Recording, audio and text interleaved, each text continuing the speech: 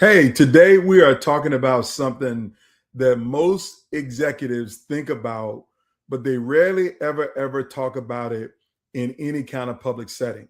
And I want to have a public conversation about it today because I think it's critically important for us to understand this challenge, but more importantly, help you to get through this challenge. And the challenge is why don't you have influence at the C-suite level? Why don't you have the influence that you want to have to make a bigger difference in the organization? I mean, let's face it, you got the credentials, you perform at a very high level, and when things are on the line, you're the person that people always come to get it done. You seemingly have everything that you should have to be able to have a level of influence and impact at the C-suite level, but you don't have it. You do have tremendous credibility. And when I say credibility, I want you to know this, that your ability to get things done, your performance ability, your functional area expertise, and how your team performs gives you great credibility as a leader. It gives you great credibility in the organization.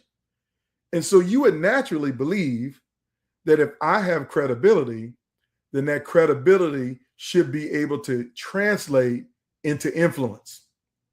It does not. Let's be clear. Just because you have credibility doesn't guarantee that you're going to have influence in the organization. It doesn't. See, influence means that you have reach. Influence means that when you speak, people listen. Influence means that when you challenge the status quo, people are interested in hearing why you're challenging it and what is your response to it. If you have influence, people come to you first before they even make the decision. But as a high performer, what happens is somebody else draws up the play and then they hand the ball to you and expect you to score a touchdown. That you don't have the influence. You have the execution ability to get it done. But when they decide to draw up the play, you're not in the room. You're not in the conversation. And I'm telling you now that at the C-suite level is where the plays are drawn up. At the C-suite level is where people make strategic decisions about what they're going to do. And then they think about, secondly, after they draw the play up, who's going to execute this play? And guess what? Your name always comes up when they talk about who is going to execute the play. So your performance has given you great credibility on execution, but it doesn't give you influence or the reach at the C-suite level. So today, I want to unpack the problem this poses for you. And when I say the problem it poses for you, I want to talk to you very simply, very short, very direct about the problem when you have high performance, but no influence at the C-suite. And I already laid out the first one. Problem number one is that you're respected, but you're never consulted.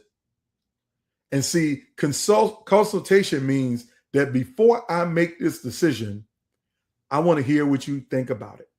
I want to hear your thoughts. I want to learn your insight. I want to learn your, I want to know what you're thinking about. What would you think about if we did this? That's what you want, right? But when you are a high performer, they're like, well, it don't matter what we give to him. He is going to get it done. So you got respect wholeheartedly because you deliver, but you're not being consulted about the problem on the front end. As a matter of fact, the meeting that you're in is the meeting that happens after the meeting, not the meeting that happened before the meeting. See, I remember this from my days in working for the President of the United States. And I'm just going to talk very briefly just to lay out this example. See, when the President of the United States has morning meetings, there's a cadence of 3 meetings. And I'm going to just use blanket hours because I think it would be easy. There's a 7 a.m. meeting, there's an 8 a.m. meeting, and there's a 9 a.m. meeting. Now, which one of those meetings do you think is most important? Just tell me, what do you think? If there's a 7 a.m. meeting the 8 a.m. meeting, and the 9 a.m. meeting, and the president is in all three of those meetings. So he's a standard for all three of those meetings. Which one of those meetings are most important? Is it the 7 o'clock, the 8 o'clock, or the 9 o'clock? It's the 7 o'clock meeting. The 7 o'clock meeting is the most important. See, the 7 o'clock meeting is where the most strategic decisions are made. The decisions are made at the 7 o'clock meeting. The decisions for the president, the decisions of what everybody else in the 8 o'clock meeting is going to do. And then in the 9 o'clock meeting, everybody is told what to do. So for you and your organization, you got to ask the question, why am I not in the 7 o'clock meeting? You're not in the 7 o'clock meeting because you're respected to execute, but you're not consulted around the strategy. That's your biggest problem, your biggest first problem. The second problem, the reason why you're not in the 7 o'clock meeting, why you're not in the first meeting, is because you have what's called functional authority, but not enterprise authority. See, the 7 o'clock meeting is everybody that has enterprise authority. What are we going to do for the entire organization? What are we going to do for the entire company? What do we need to do for the entire company? Then we have a second meeting where we inform everybody of what the strategy is and tell them what they need to be doing. And then the third meeting is where you're brought in and the play is laid out on the board or in the PowerPoint or in the deck and says, this is what we need you to finish by the end of Q2. And as a good executor, you're like, man, I could get this done in Q1. But they said Q2, so I'm going to shoot for Q1. And if we fall into Q2, it's still going to come in on time. See, that's a person with functional authority because you can control everything that's in your functional area, but you don't have enterprise control. You might be in operations, but you don't have control over marketing or sales. Or maybe you're over marketing or sales, but you don't have control over product development. Doesn't matter the industry, doesn't matter the organization. The point is you have functional authority and not enterprise authority. That is why you don't have influence at the C-suite level. Functional people are asked to execute, where enterprise people are asked to build strategy. And then the last reason or the last problem this lays out for you is that I know you see this. You see less qualified people get promotional opportunities before you do. And when I say less qualified, it's not that they're unqualified. I'm not saying that they're unqualified. They know what they're doing, but they don't deliver for the organization the way you deliver for the organization. So in this regard, you are a functional leader who is extremely qualified, but you're seeing people get promoted over you. You're respected, but not consulted. You got functional authority, but not enterprise authority. And you're seeing less qualified people get promoted over you. And you might say, Anton, yeah, that happens, but so what? Here's the so what. It's costing you a lot. The number one thing that is costing you is career advancement. See, career advancement is the thing that I know that you want, that you are tired of being stuck in the role that you're in for as long as you've been stuck in it. And you know what I've told you before, if you're in the same job, doing the same thing for 10 years or more, you telling me you ain't no good. But you are good.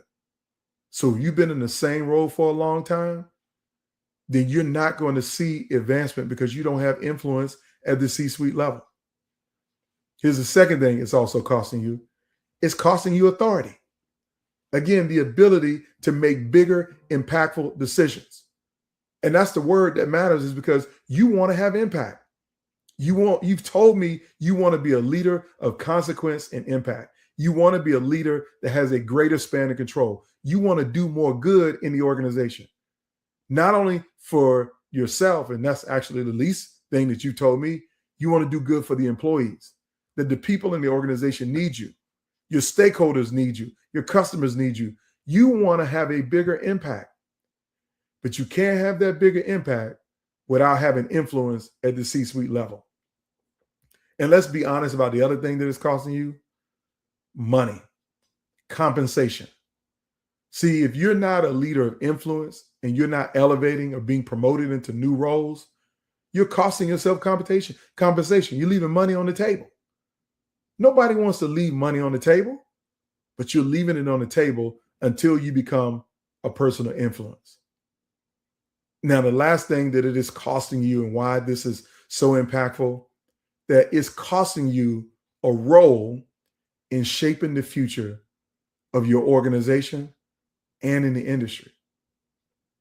That you got big ideas, big experiences, and things that you want to bring to bear to have a bigger impact on the future. You want to shape the future.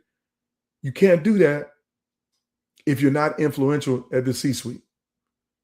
Now, before you wonder whether what I'm saying actually makes sense, is true, I know a few things, and I'm not saying this in an arrogant way, that over the last decade, I've worked with more than 400 organizations, public sector organizations, private sector organizations, nonprofit sector organizations, big business.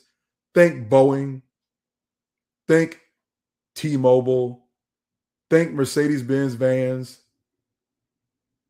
Microsoft, but also think organizations that are smaller, that you've never heard of.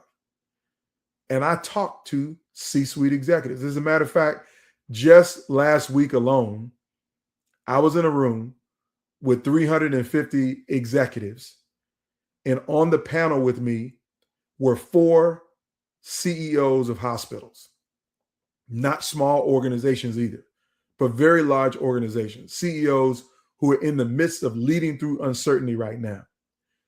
And some of the questions that I posed to them and that the audience posed to them talked about what do they look for in a next level leader to be promoted into their C-suite with them. This was just Wednesday. But I've been collecting this information for a long time and trying to bring it to bear to help you to become a better leader so you can have more influence, impact, authority in your organization to do good for the people that you get the privilege to work with and serve every day. So I've been around the block, and I know it boils down to 3 things that you have to do a better job of building so you can increase your influence in the C-suite. These are the things that CEOs are looking for. They're not just looking for smart people, and they're not just looking for people who can execute. What they're looking for are people who they trust. People who they trust implicitly. They not only trust their judgment, but they trust that they are committed to the mission. So trust is the first thing. The second thing a CEO is looking for is someone that is useful. Useful. Now, when I say useful, I'm talking about in the specific terms of, are you helpful to them? Are you helpful for them? Are you like an extended arm or an extended tool where they can help build a strategy? They want people who are useful. And the final thing that I know that CEOs are looking for, they're looking for someone who is a servant first, a servant leader. And again, you have to get to a place that you understand that service is a prerequisite of leadership. You might think you understand it, but I want to assure you that if you want to be influential in the C-suite, you got to learn how to serve everybody in the C-suite. Not just yourself, not just the CEO. I'm not talking about being a kiss up. I'm talking about when you look to your left and to your right inside of a leadership team, who are the people that you're serving? That's what I know about those who have the greatest level of influence in the C-suite. Those who have the highest levels of trust are the most useful, and also, most importantly, are willing to serve first. Now, let me give you 4 things because I have to jump into a next meeting. And the next meeting is this. Well, I'm not going to tell you about the next meeting, but the next thing I'm going to talk about is this. I'm going to give you 4 things.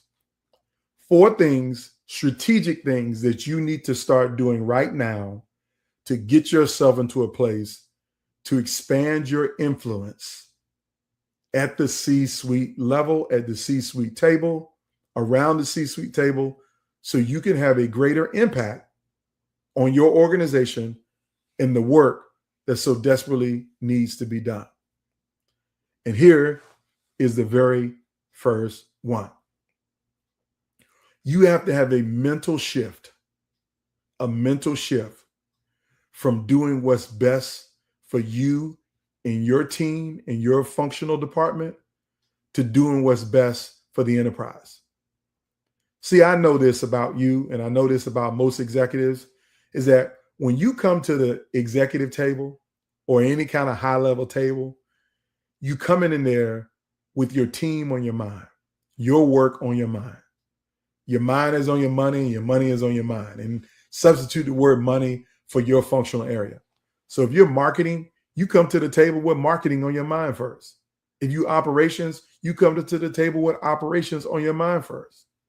And so you are always recognizing that you lack the money, the resources, the support that you need for your functional area to be great. So when you come to the executive table, your mindset is, I need to get what I need so I can continue to execute at a high level.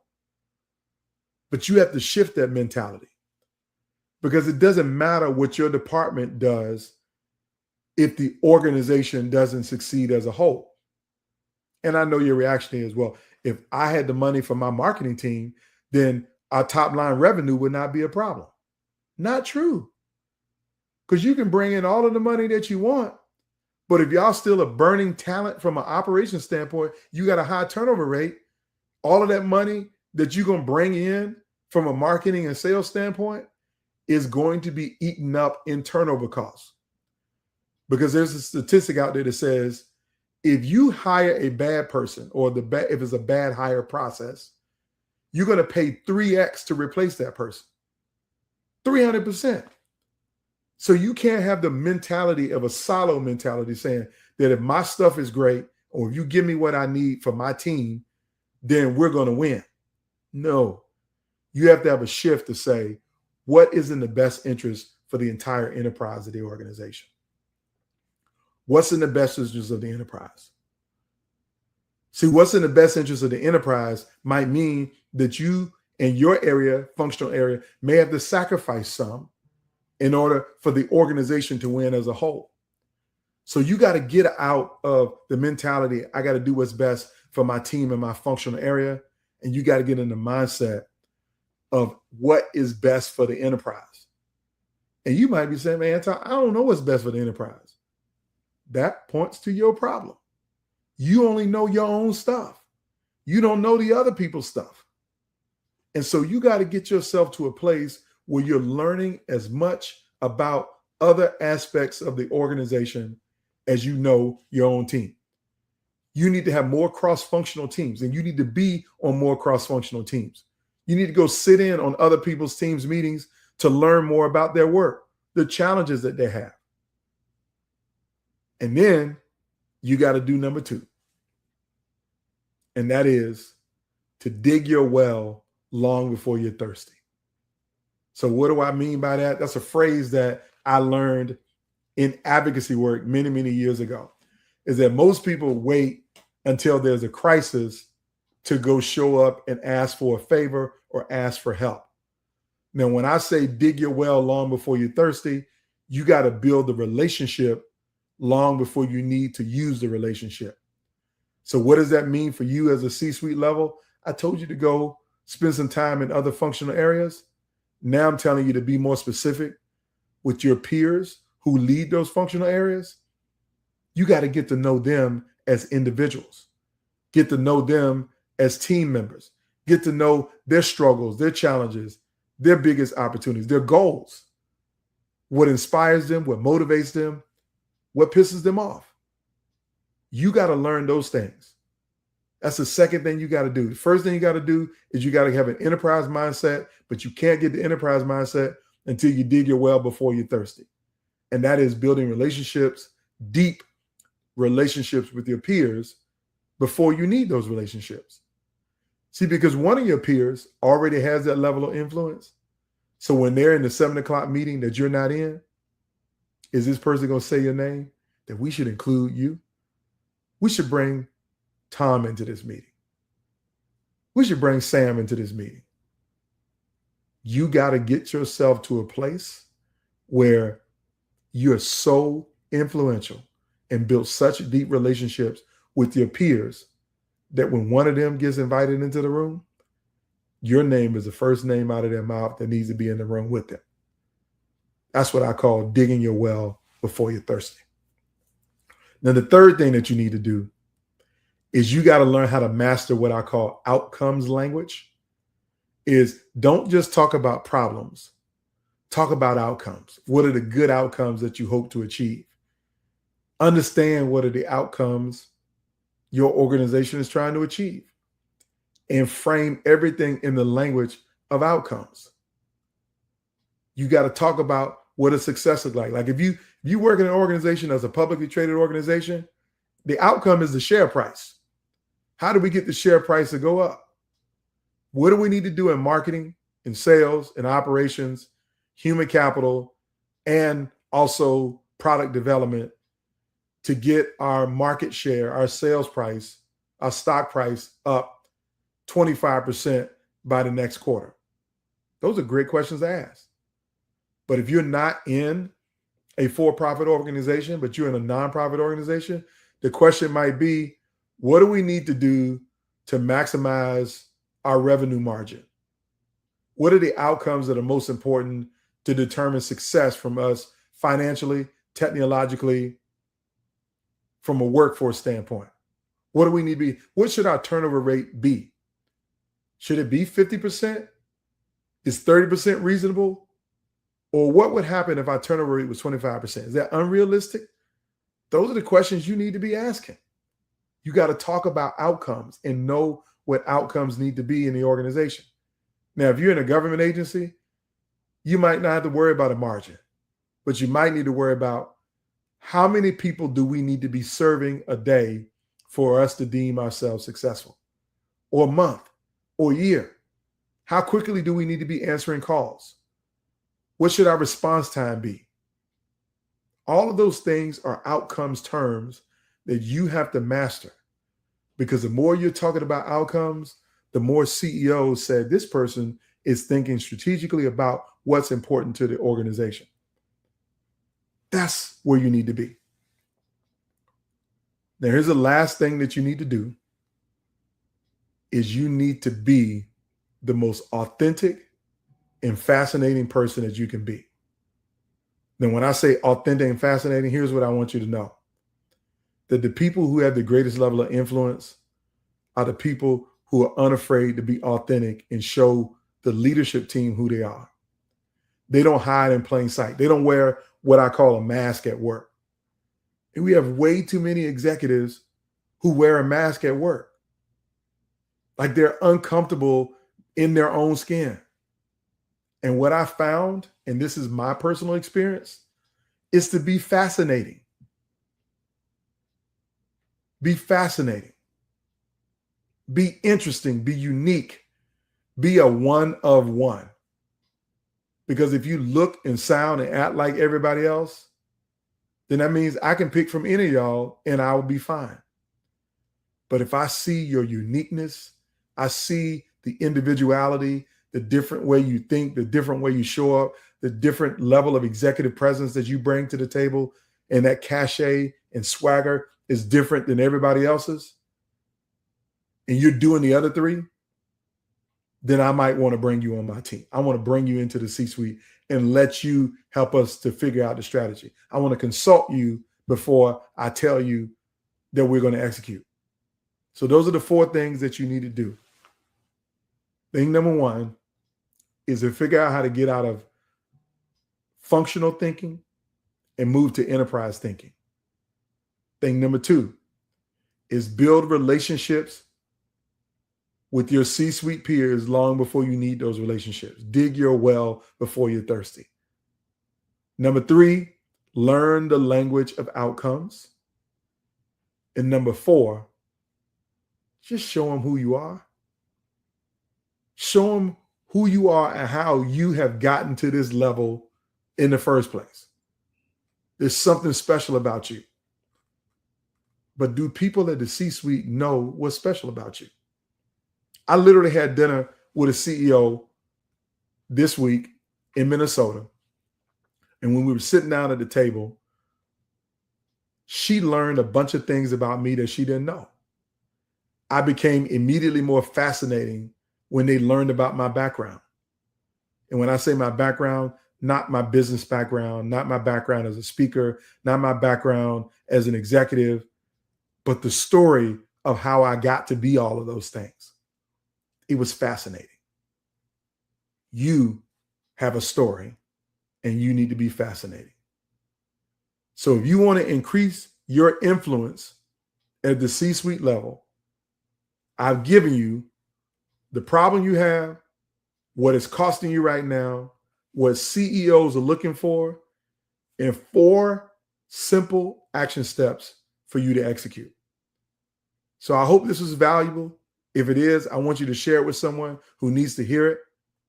If there's something I can do to help you, then I want you to send me a direct message. I want you to send me a message because I'll be happy to do whatever I can to help you to become the leader that everybody admires and be the greatest leader your organization has ever seen.